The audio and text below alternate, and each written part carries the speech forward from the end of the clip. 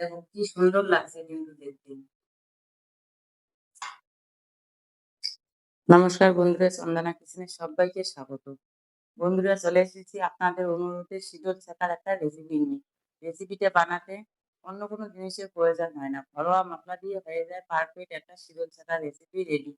শীতল শাকার জন্য নিয়েছি আমি কষি রেখে কিছু কচু পাতা তুলে নিয়ে এসেছি বাগান থেকে, আর নিয়েছি একটা শীতল, আর কিছু কাঁচা লঙ্কা আর রসুন কোয়া। শীতল ছেঁকা বানাতে রসুন আর কাঁচা লঙ্কা একটু বেশি দিতে হয়, কারণ ঝাল না হলে শীতল ছেঁকা খেতে অতটা ভালো লাগে না। সেজন্য আমি কাঁচা লঙ্কাটা আর রসুনটা বেশি করে নিয়েছি। তো বন্ধুরা, আমি শীতল ছেঁকার জন্য যে কচু পাতা কাটবো, সেই জন্য হাতে একটু সর্ষের তেল মেখে নিচ্ছি।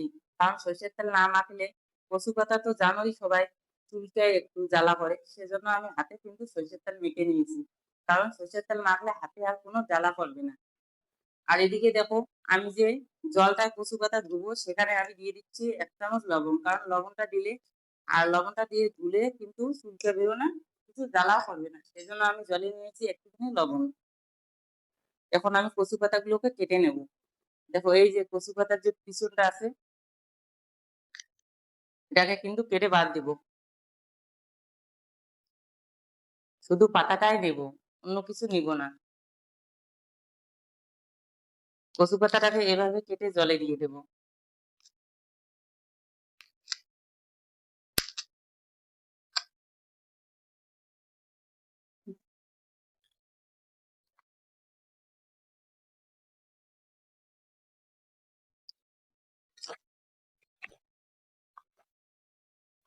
এখন আমার কচু পাতা কাটা হয়ে গেছে, এটাকে এখন আমি ধুয়ে নেব।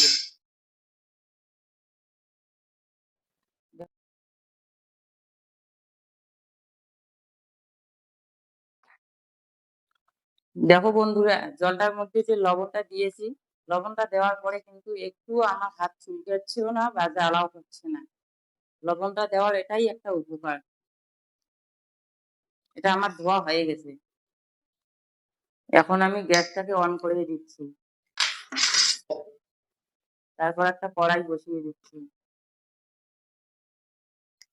এখন আমি কড়াইতে দিয়ে দেব কিছু গোলমরিচ আর একটু লং। এটাকে একটু গরম করে নেব। মশলাটা এভাবে একটু হালকা করে নেড়ে চেড়ে গরম করে নেব।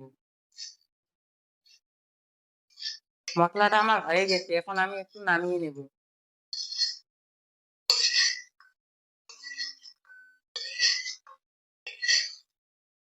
এদিকে আমি কড়াইতে দিয়ে দিচ্ছি জল।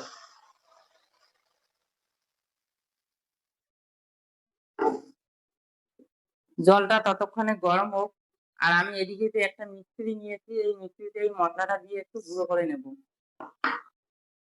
ততক্ষণে আমার জলটা গরম হোক, এদিকে আমি একটু মশলাটা মিক্সিতে দিয়ে গুঁড়ো করে নেব।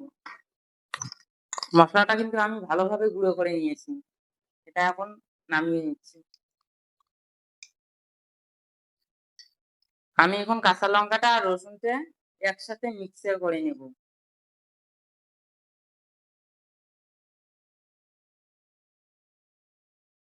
দেখো, জলটা কিন্তু আমার ভালোভাবে গরম হয়ে গেছে। এখন আমি এই যে রসুন আর মরিচটাকে যে একসাথে বেটে নিলাম, এটা দিয়ে দেব।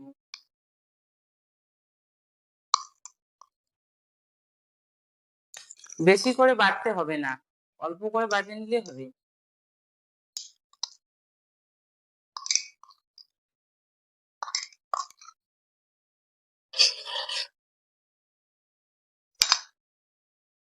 মিক্সার বাটিটা ধুয়ে যে জলটা, এটাকেও দিয়ে দিচ্ছি।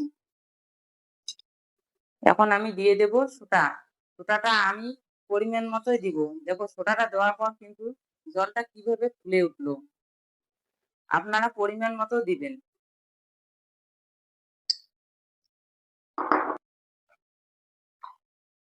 এখন আমি ধুয়ে রাখা কচু পাতাটাকে দিয়ে দেব।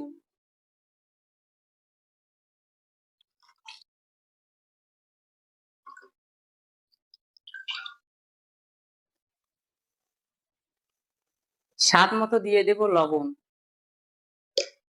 লবণটা দিয়ে একটু ভালোভাবে নাড়াচাড়া করে নাড়াচাড়া আমি যে আগে থেকে এই যে শীতলটাকে উনানে পুড়িয়ে রেখেছিলাম সেটাকে এখন আমি মেখে নেব হাত দিয়ে।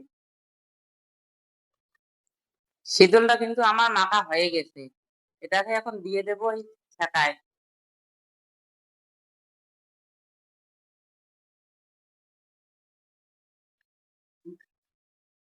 বাটি ধোয়া জলটাও কিন্তু দিয়ে দিচ্ছি। দিয়ে দেব মসলাটা যে গুঁড়ো করে রেখেছিলাম সেটা এখন দিয়ে দেব। দিয়ে হালকা নাড়িয়ে চেড়ে এরপর দিয়ে দেব আমরা যে বাড়িতে ভাত রান্না করি, ভাতের মাড় সেকি সেটাই একটু দিয়ে দেব। এটা দিলে রান্নাটা দেখতেও ভালো হয়, খেতেও কিন্তু ভালো লাগে।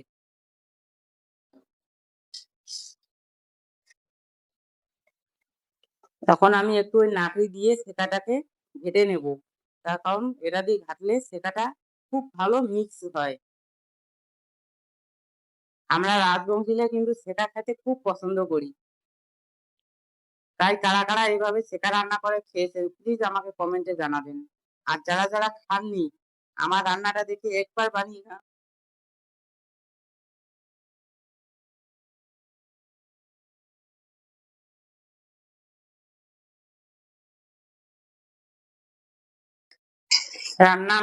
রান্নাটা আমার হয়ে গেছে। একদম পারফেক্ট ভাবে রেডি করে নিয়েছি শীতল ছেঁকার রেসিপি। দেখুন রান্নাটা থেকে খুব সুন্দর কিন্তু একটা গন্ধ বাইরেছে। আশা করছি খেতেও কিন্তু খুব ভালো হবে।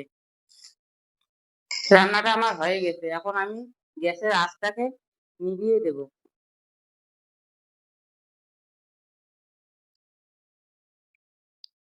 খুব সুন্দর হয়েছে। কি আর বলবো আপনাদেরকে?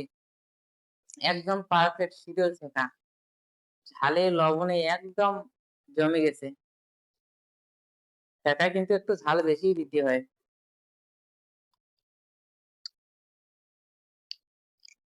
তো আজকের মতো বিদায় নিচ্ছি। কালকে আবার আসবো নতুন কোনো ভিডিও নিয়ে। ততক্ষণে ভালো থাকবেন, সুস্থ থাকবেন। টাটা।